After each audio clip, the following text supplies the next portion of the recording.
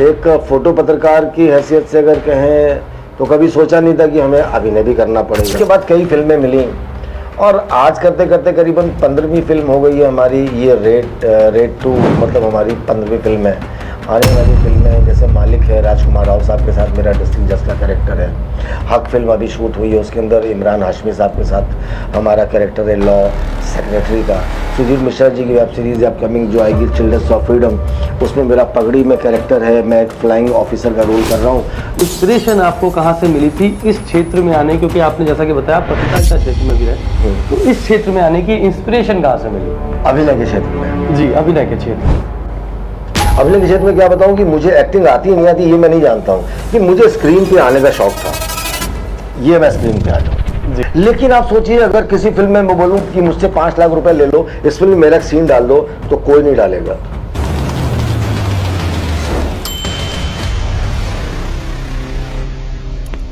अपनी आंखों के इशारों से जो बता देते हैं पूरी कहानी का सार, जो कल को देते हैं आकार, हम उन्हें कहते हैं कलाकार।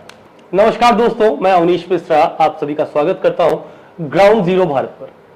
इस समय हम उत्तर प्रदेश की राजधानी लखनऊ में है, जो कि एक तहजीब का भी शहर है, लेकिन लखनऊ ने हमें बहुत कुछ दिया। उसमें से सबसे विशेष चीज जो आती है वो होती है कलाकार।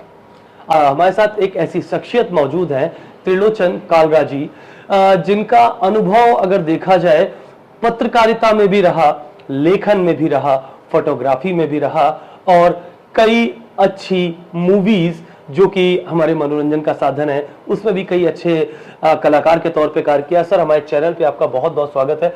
सबसे पहले तो मैं जानना चाहूंगा ये सफर आपका कब से और कहां से शुरू हुआ? सबसे पहले तो आप लोग को धन्यवाद, ग्राउंड जीरो को बहुत बहुत धन्यवाद कि आप इतने दूर आए यहाँ हमसे मिलने। जी जी।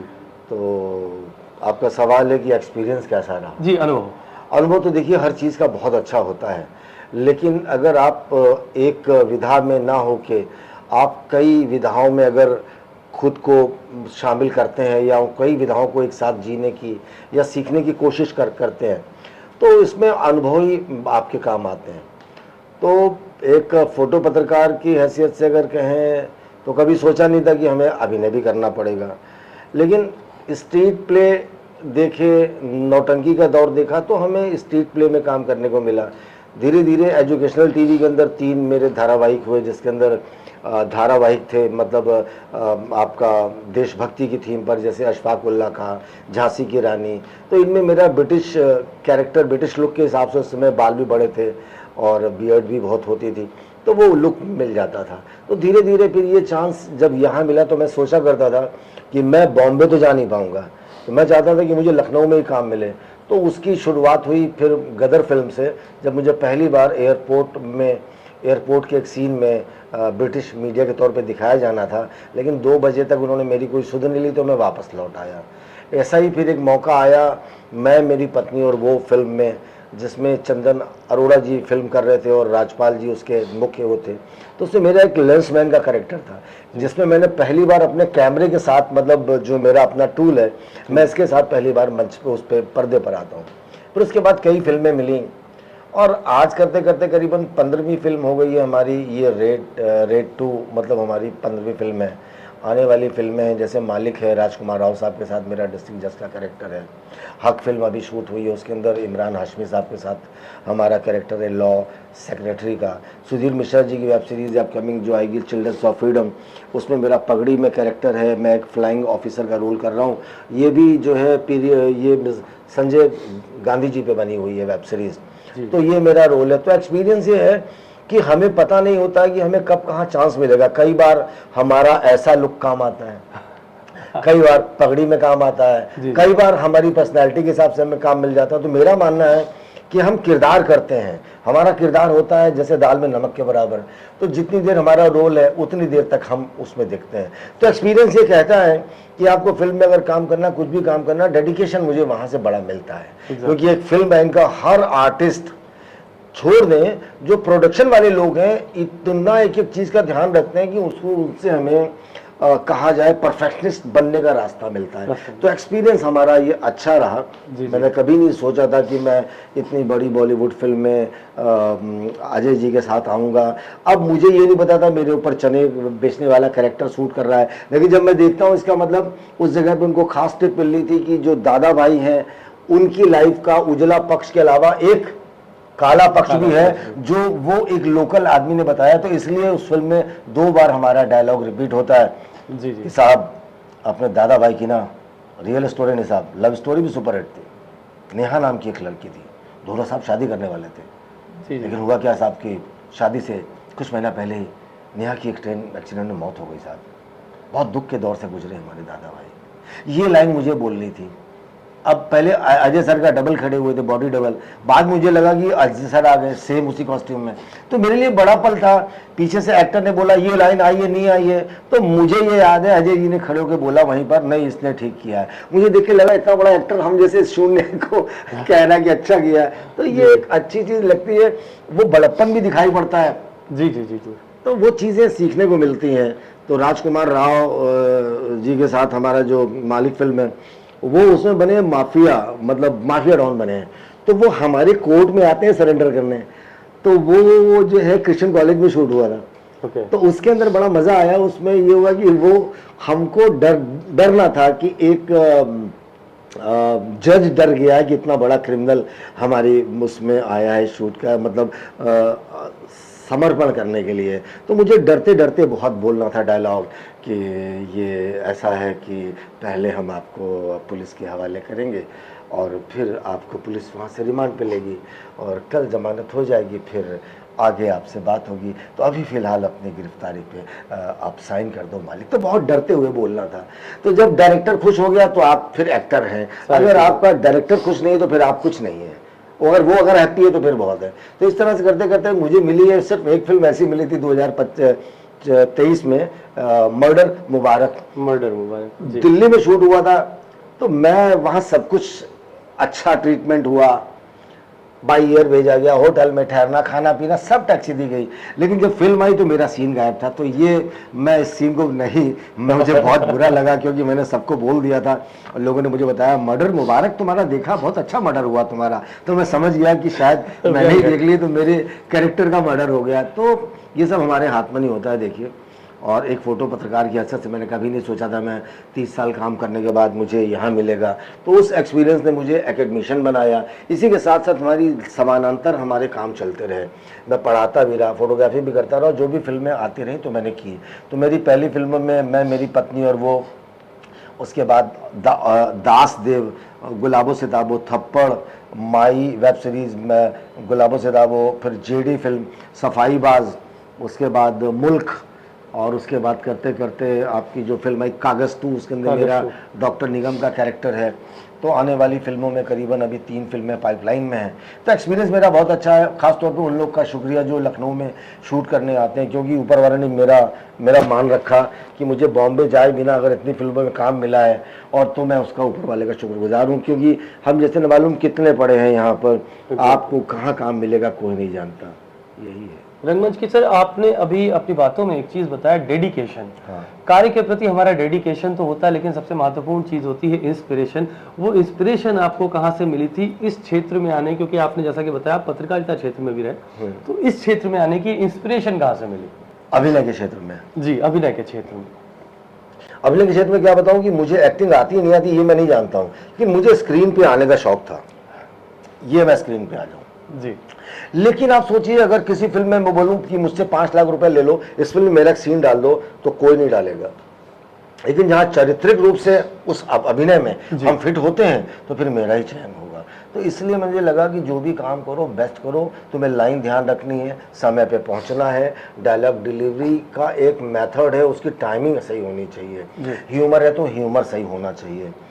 अब हम लोग छोटे एक्टर हैं या बड़े एक्टर हैं हमें नहीं पता, हमें अभिनय करने की कोशिश करते हैं, डायरेक्टर को पसंद आया तो हम कर लेते हैं। तो कोशिश ये थी कि मैं आऊँ, तो मुझे प्रेरणा यही मिली कि मेरे मोहल्ले के लोग थिएटर में दिख रहे हैं, थिएटर के अंदर रीटेक नहीं होता, फिल्म में रीटेक होता है। तो मेरी पहली फिल्म जब मिली तो गुलाबों सिताबों में मुझे उम्मीद नहीं थी कि मेरी आशा से कहीं विपरीत मुझे सीन आयुष्मान खुराना जी के साथ मिलेगा, और कौवा बिरयानी जी का मैं बॉस बनूंगा, मुझे ये भी नहीं पता था।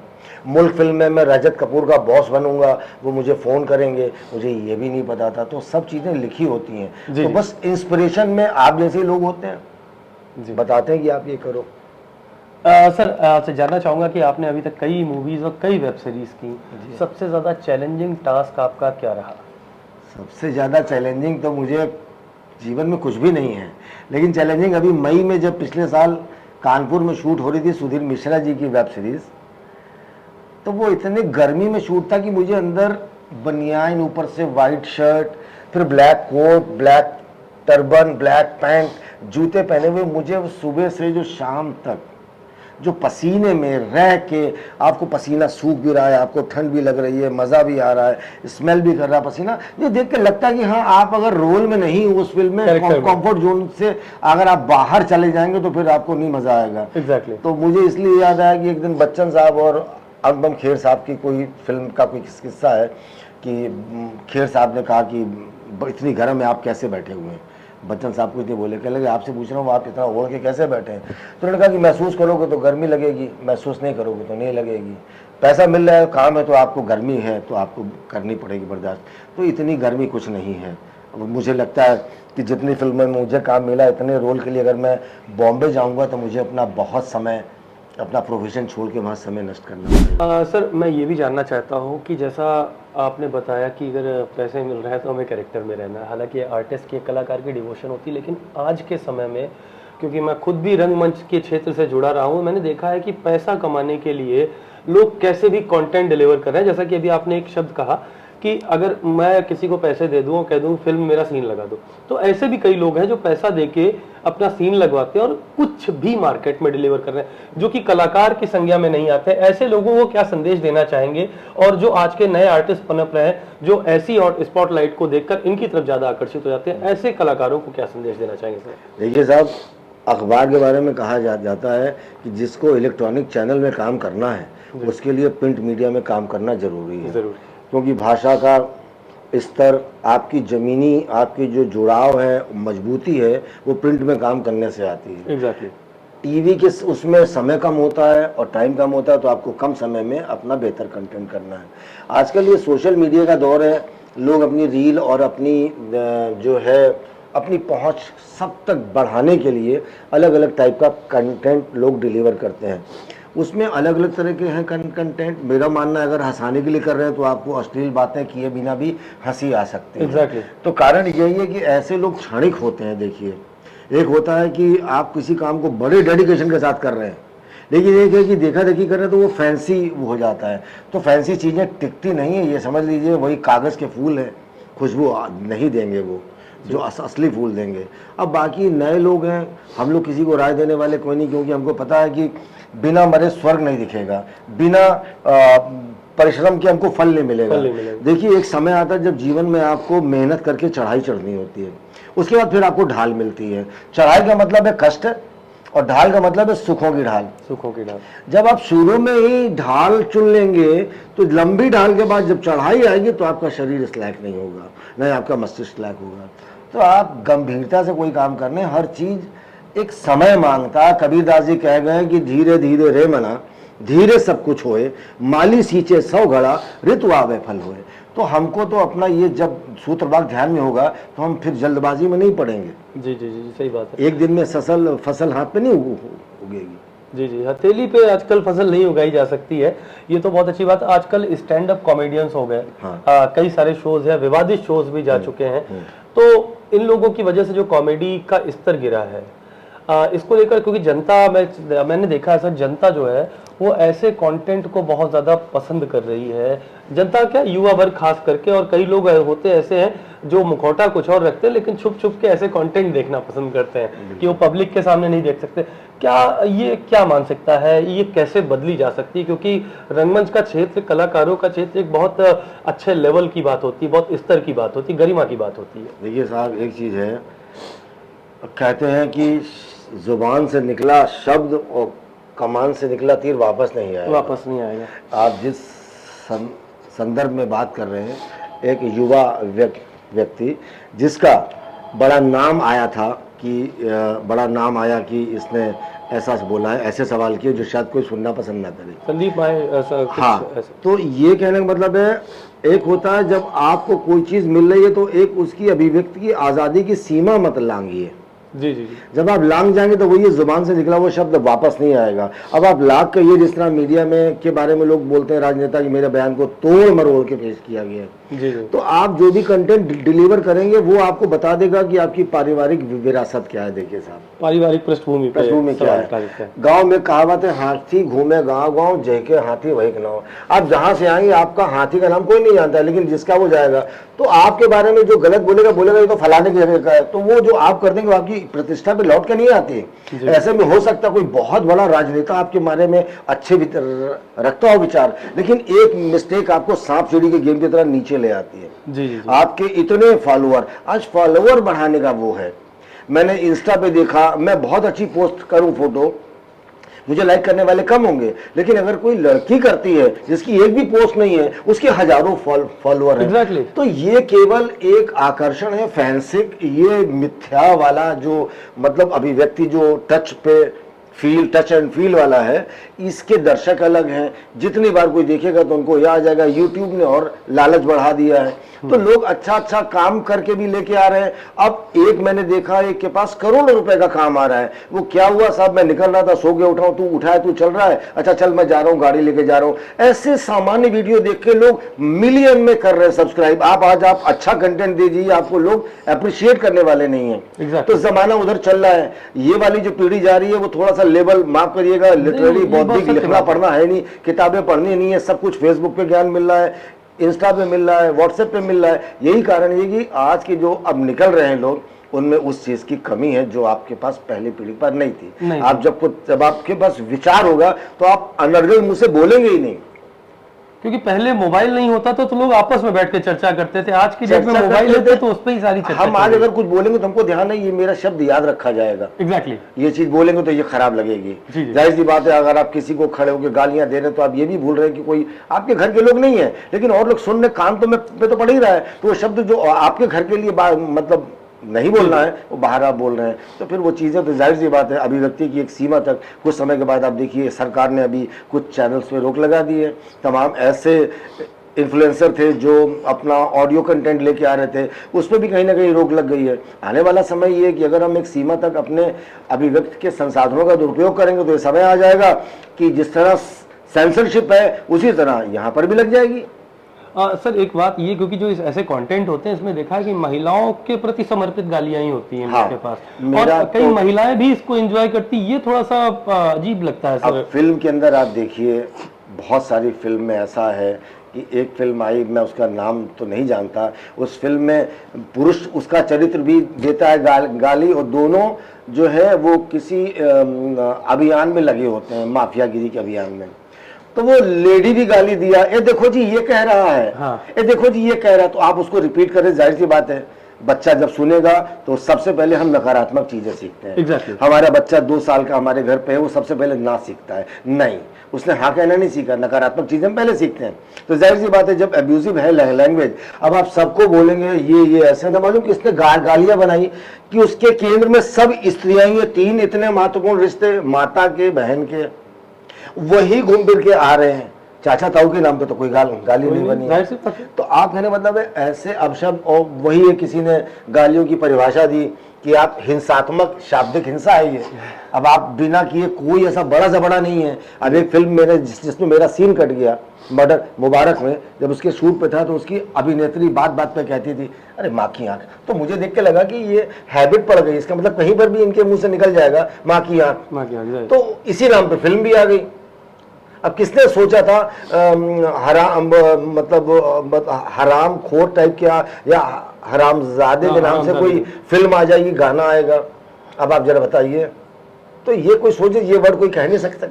इंडस्ट्री जो पहले थी अब वो नहीं बची है फिलहाल। कहाँ बची सर, 3-4 महीने में फिल्में शूट करनी है, सबको फटाफट वर्क करना है। अब तो सिनेमा हॉलों के लिए दुर्गत में मुझे होती है चिंता कि ये जो मल्टीप्लेक्स बन गए हैं, एक फिल्म भाई साहब कितने दिन चलेगी। वो दौर हम लोगों ने देखा जब सिल्वर जुबली, गोल्डन जुबली और प्लेटिनम जुबली। एग्जैक्टली वो समय रहा। हाँ, हमने 40 पैसे में हाथ पे मोहर लगवा के कार्बन पेंसिल से सीट नंबर डाल के नाथ सिनेमा में फिल्म देखी है। आज सिनेमा का टिकट ही, नई फिल्म आती है 300-350 का हो जाता है। तो इस कारण से दर्शक चूजी है। शो की टाइमिंग भी उसके हिसाब से हो गई कि वो जब चाहे ये शो देख ले। अब ये शो तो है नहीं, तब ब्लैक होती थी, अब कोई ब्लैक नहीं है, अब तो ऑनलाइन आप ले सकते हैं। तो जाहिर सी बात है कि अब वो दर्शक भी नहीं बच रहे हैं, दर्शक उन्हीं फिल्मों को देखने जाते हैं इसमें उनका होता है इंटरेस्ट कि सबको पता है कि 1.5 महीने बाद तो ये फिल्म ओटीटी पे आ ही जानी है।